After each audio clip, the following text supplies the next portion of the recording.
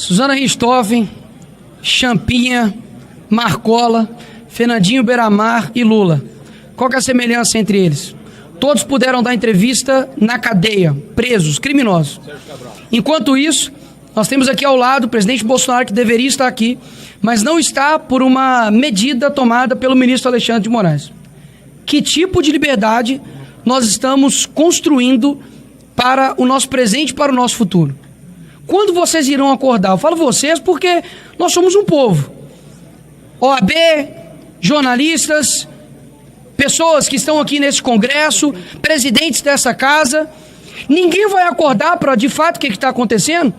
Não é uma luta aqui em defesa do Bolsonaro e direita somente, não. É uma defesa da liberdade. Durante toda a história da esquerda, eles fizeram uma narrativa de defender marginais sob o título de direitos humanos.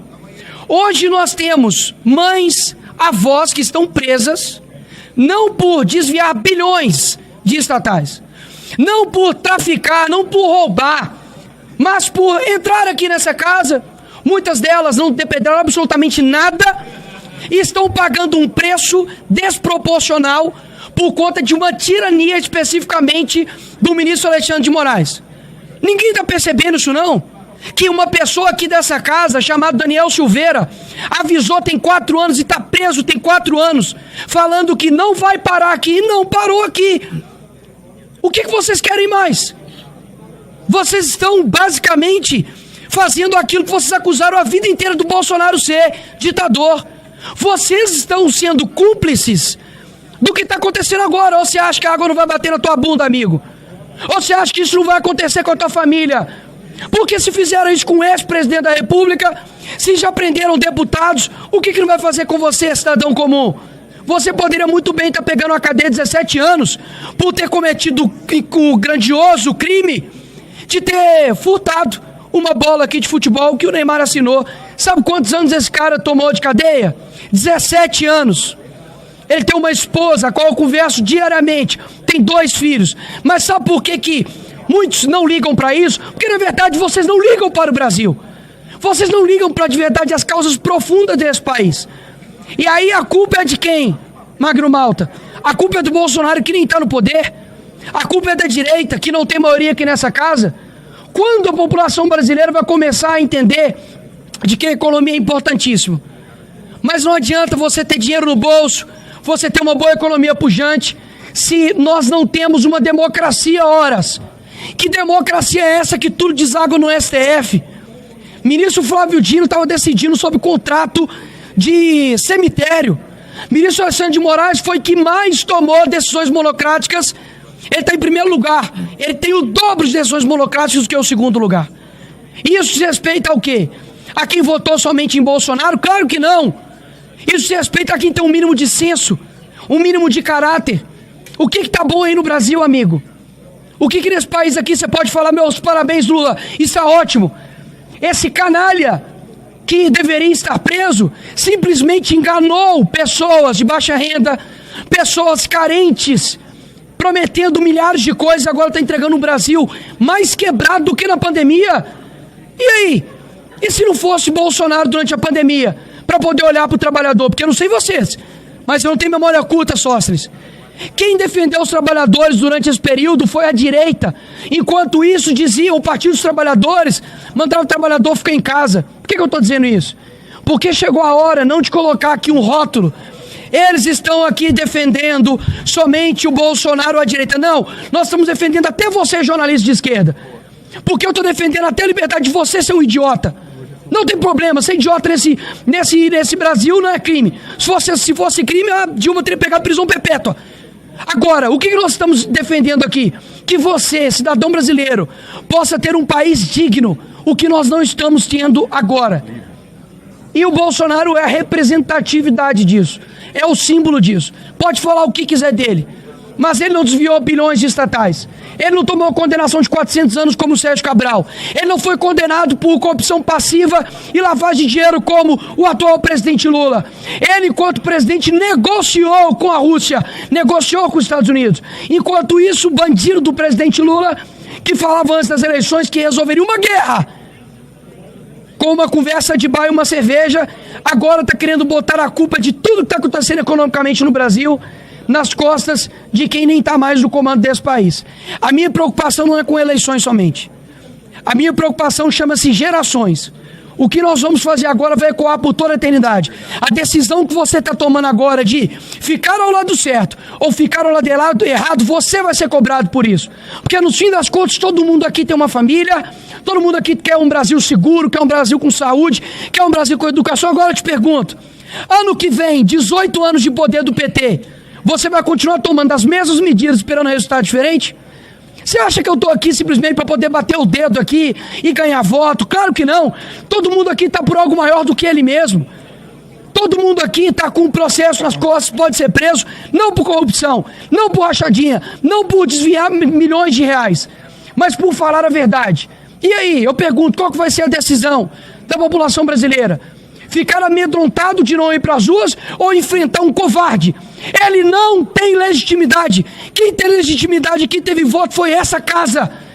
Ou seja, nas próximas semanas, eu confesso que a nossa intenção é realmente elevar o nível desse jogo. Não vou falar como, mas é elevar o nível desse jogo, porque é muito fácil. Nós, como jogadores, fazer o gol e quando o jogo acaba, vem o juiz sem um voto e fala que o jogo acabou e, na verdade, o outro time que ganhou. É muito fácil governar dessa forma, diluindo, extinguindo a oposição. Que o Brasil hoje entenda que o que a gente vai fazer agora vai definir os próximos 20, 30 anos do nosso país chamado Brasil. E aqui eu falo por mim, pelas crianças, pelos adolescentes, por muitos que saíram às ruas no Brasil para poder tirar uma também que fazia parte desse consórcio, que está com seu coração verde e amarelo e não desistiu desse Brasil, porque o Brasil não é deles, esse Brasil é nosso. Decidimos que a pauta do Senado será o impeachment do senhor ministro do Supremo Tribunal, Alexandre de Moraes. Será a pauta que a oposição vai trabalhar nos próximos dias. Foi por culpa dele que nós estamos sendo tarifados. Todas as decisões dele já estão comprovadas que violaram direitos humanos. Ontem, sexta-feira, 2 idosas estão voltando para a prisão. Uma de 71 anos de idade e outra de 74 anos de idade. É ou não é violação de direitos humanos? Como é que o mundo está vendo as decisões do ministro Alexandre?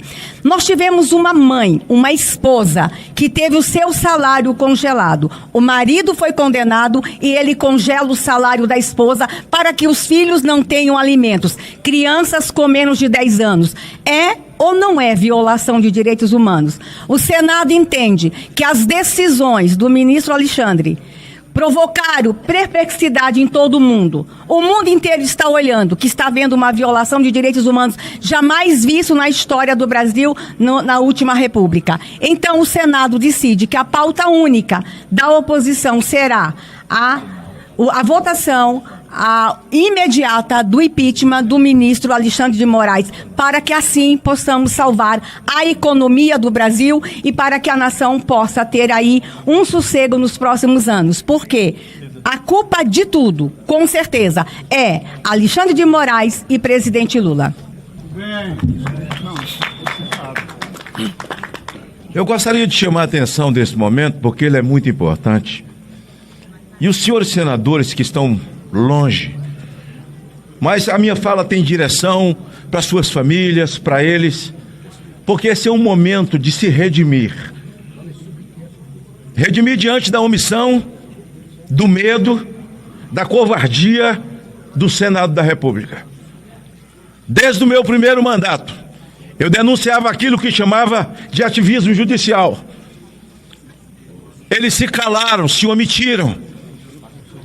Se hoje existe um monstro chamado Alexandre de Moraes, a culpa é do Senado.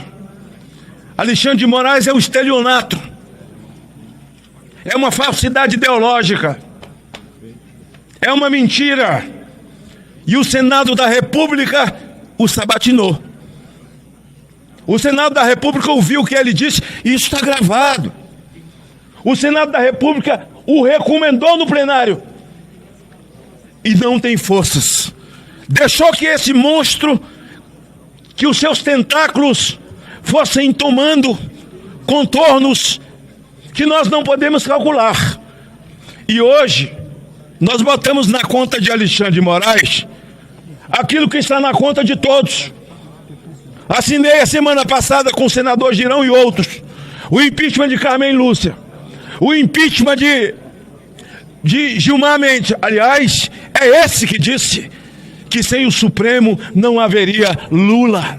Eles tiraram um condenado da prisão e colocaram na presidência. Esse mesmo ministro foi quem disse: no Brasil existe uma cleptocracia. Ele tirou o cleptocrata da prisão. E hoje, alinhado ao eixo do mal, a sua ideologia sentada no Palácio do Planalto, se alinhou ao eixo do mal, que eles tinham tanto sonho para chegar no time de cima do eixo do mal: o Irã, a China, a Rússia. E a mim me parece que ele é muito mais um laranja da China. O que os líderes não falam, não verbalizam, o chanceler russo disse: não fomos nós que falamos em moeda única. Quem falou foi o presidente do Brasil. Eles põem ele para falar. É como Alexandre. Ele é o megafone do Supremo. Então o que nós temos no Brasil? Um conluio do Supremo Tribunal Federal com esses ideológicos que hoje dirigem o país. O que nós temos que fazer ao Senado? Falou aqui a senadora Damares. Nós temos que impeachment Alexandre de Moraes, mas temos que impeachment a ministra. Ela disse que o Brasil tem 213 milhões de pequenos tiranos. Tirano é a senhora. Imagine nós falando isso. Como isso ia repercutir? Então, o que está acontecendo com os Estados Unidos, que tomou um posicionamento com 20 países, não foi só com o Brasil.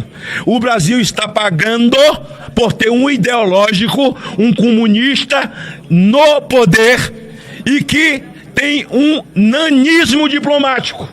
Se alinhou com o eixo do mal, verbaliza o que quer o eixo do mal e o brasileiro vai pagar. Nós vamos pagar. E eles estão mentindo, tentando colocar na conta de um inocente. Eu sou o autor da tornozeleira eletrônica. E eu não criei aquela tornozeleira, Deus não colocou no meu coração e na minha mente. Para que a tornozeleira, Nicolas, para que a tornozeleira, Sócrates, Damares, fosse usada por inocentes. Eu criei essa tornozeleira para dar possibilidade a quem não cometeu crime com natureza hedionda, mas crime com o texto constitucional penal, que hoje não existe, está sepultado. O Brasil não tem ordenamento jurídico, destruíram tudo, eles não respeitaram nem os livros que eles escreveram, que de nada vale, coitados daqueles que estudam direito no Brasil. Então, essa tornozeleira eletrônica não era para a perna de Bolsonaro. Bolsonaro é um inocente, como inocentes são os inocentes do dia 8. Nós vamos lutar. Encerro dizendo: chegamos ao limite, Paulo. Nós não temos mais como voltar, é viver ou viver. Porque se eu dissesse a palavra morrer ou morrer, seria tudo distorcido. É viver ou viver. Nós vamos usar todos os mecanismos. E a minha palavra a esse tirano da toga, chamado Alexandre de Moraes: põe a mão em Jair Bolsonaro. Põe a mão nele. Põe a mão nele. Porque tenta a sorte. Eu encerro. Põe a mão dele e tenta a sorte. Porque o azar você já tem. Hoje, não só o Brasil, mas o mundo vê a tirania que se instalou no nosso país. O que estão fazendo ao presidente Bolsonaro é de uma covardia que mostra que a censura, a perseguição chegaram a níveis jamais vistos, onde não existe mais Estado de Direito no nosso país. O que acontece hoje, o povo brasileiro, ao Brasil, é culpa do Lula pela sua política econômica desastrosa e culpa também do Alexandre de Moraes por violar os direitos humanos, não só dos brasileiros, mas também de americanos e empresas americanas.